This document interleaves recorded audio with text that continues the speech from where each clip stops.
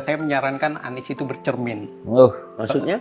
Iya, karena dia harus melihat dirinya sendiri. Saya melihat ada 3 hal. Apa itu, Bang? Anies yang pertama tidak mau berjuang. Yang kedua, dia tidak mau berkorban. Yang ketiga, dia tidak punya basis massa. Dia tidak punya kepemimpinan.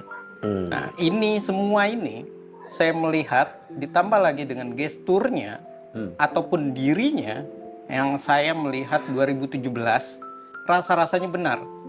Ada sebuah Instagram antara Anies dengan Pak Sandiaga Uno. Ada yang mengatakan bahwa Anies itu tengil. Ternyata benar dia tengil. Tengil. Dan kepedean malah. Kepedean ya? Iya. Dan Tadi, dia, Tadi ada saya potong sedikit ya. Tadi Anda bilang tidak berjuang, maksudnya apa tuh? iya, kalau dia berjuang, dia berkorban, dia punya basis massa. Semestinya Anies itu maju lewat persorangan. Independen ya. Satu itu. Yang kedua, iya. kalau dia memang seorang yang elektabilitasnya tinggi, dia punya basis massa, dia benar-benar bisa berkomunikasi, dia handal komunikasi politiknya, kepemimpinannya handal, dia bisa menunjukkan komunikasi dengan para elit partai. Benar. Nyata-nyatanya siapa? Anies ini tidak ada yang peduli, elektabilitasnya tinggi. Sekarang dijawab oleh partai. Ini pilkada, ini pilpres. Kemarin juga Anies digotong oleh Nasdem. Ini menunjukkan bahwa Anies itu harus berpikir dia non partai. Salah kalau memelihara relawan sebelum kampanye. Yang benar mendekat kepada partai, baru relawan dibentuk. Kalau dia membentuk relawan, harusnya dia maju persorangan. Iya. Benar. Kayak Ahok Sisi dulu yang ya. lain, mana basis masanya Anies? PA 212-nya mana? Udah bubar. Mana basis masanya Anies yang elektabilitasnya tinggi? Masa dia datang ke partai dengan membawa satgas? Ibu Mega saja sampai bilang, bukan begitu caranya. Iya, benar. Memakai satgas hitam, suruh minta gotong Anies. Iya. Bukan begitu. Benar. Komunikasi kemarin sorenya kemana? Sudah kepepet baru deketin.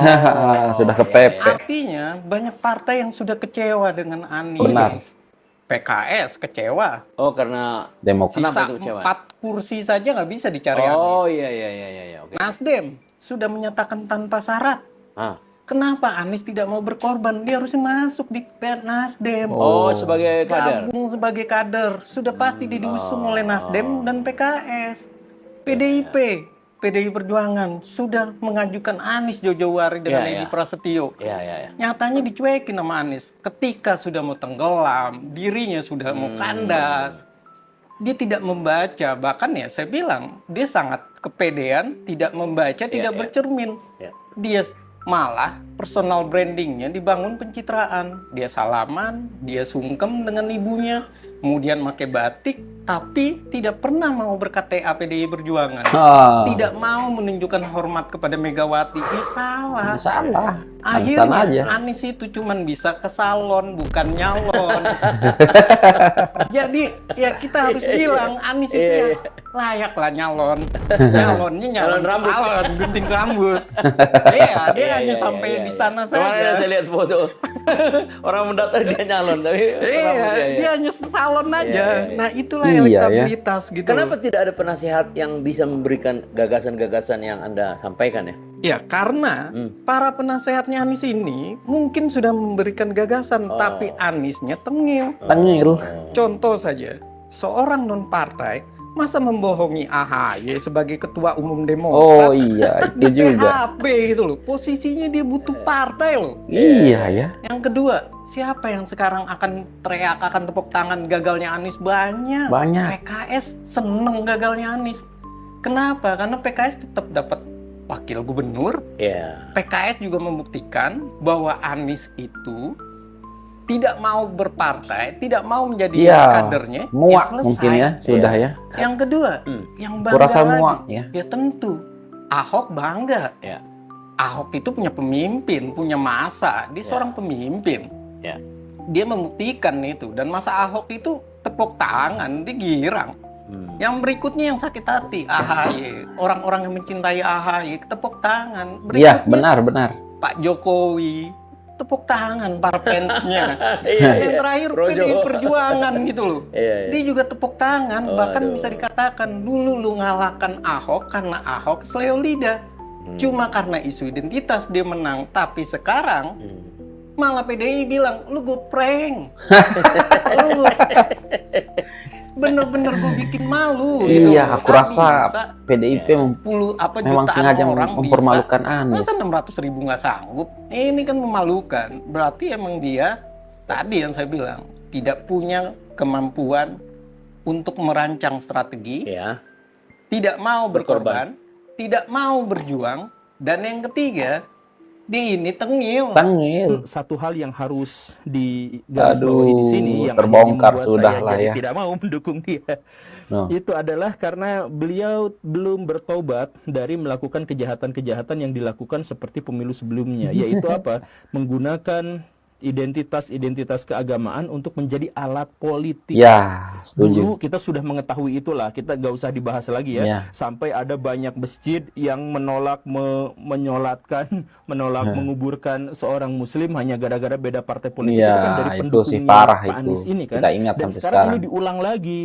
Jadi ketika kampanye tiba-tiba dikerubutin oleh ulama, kemudian ulama itu mengeluarkan fatwa, kami ulama, ada ulama ngaku ulama tapi gak apa-apa lah, kami ulama mewajibkan pertanggungjawaban dunia akhirat untuk memilih Anies. Nah, kata-kata mewajibkan itu, istilah wajib itu kan di dalam agama itu terminologi yang berat. Kalau Iya. misalkan tidak dilaksanakan berarti dosa gitu kan.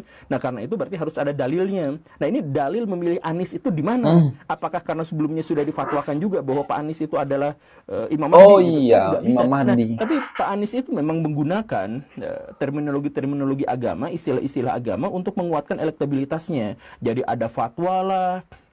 Kemudian saya setuju kalau misalkan agama itu dijadikan inspirasi politik kita. Saya sangat setuju kalau misalkan agama ada di atas gagasan politik kita. Tetapi kalau misalkan agama ada di bawah kemudian dijadikan alat politik, nah itu adalah sesuatu yang bermasalah. Sesuatu yang sangat sakral saja bisa dijadikan alat, bagaimana sesuatu yang lain? Saya pikir ini adalah kebijakan yang terlalu Gembul-gembul aja Bukan nggak Pak mau Anies yang kan. melakukan itu. Pak Anies Dukung Anies. membiarkan para pendukungnya untuk melakukan itu. Kenapa dia tidak melakukan klarifikasi? Saya yakin sebagai seorang intelektual, saya yakin sebagai seorang dalam tanda kutip liberal yang bergagasan maju, tidak mungkin Pak Anies itu setuju kalau misalkan dirinya disakralkan, bahwa dirinya itu pada akhirnya dianggap diwajibkan untuk memilih dirinya gitu. Ya, Itu nggak ada benar. ceritanya. Kenapa sampai main fatwa, dari dulu main fatwa, sekarang juga main fatwa.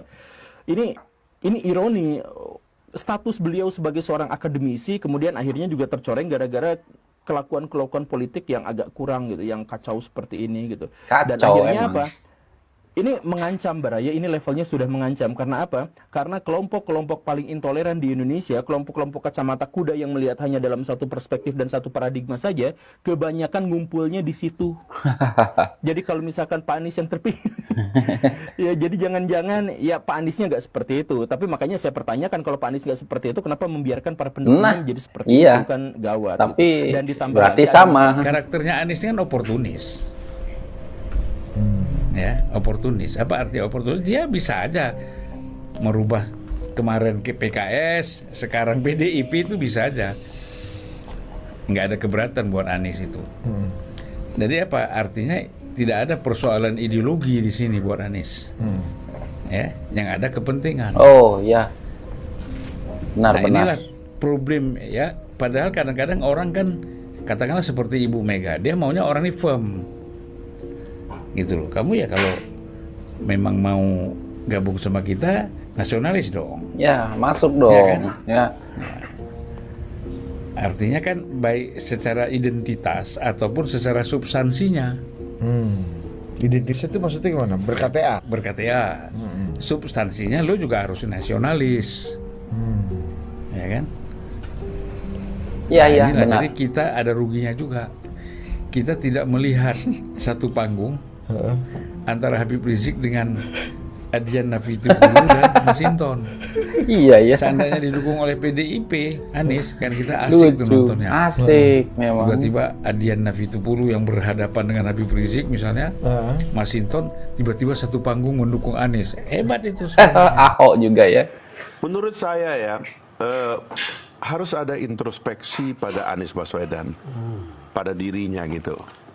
Apa yang membawa dia di titik ini gitu, ya kan? Karena penting juga kita sebagai ya kita berteman, saya berteman lama sama Anies, tapi kita berbeda pilihan begitu.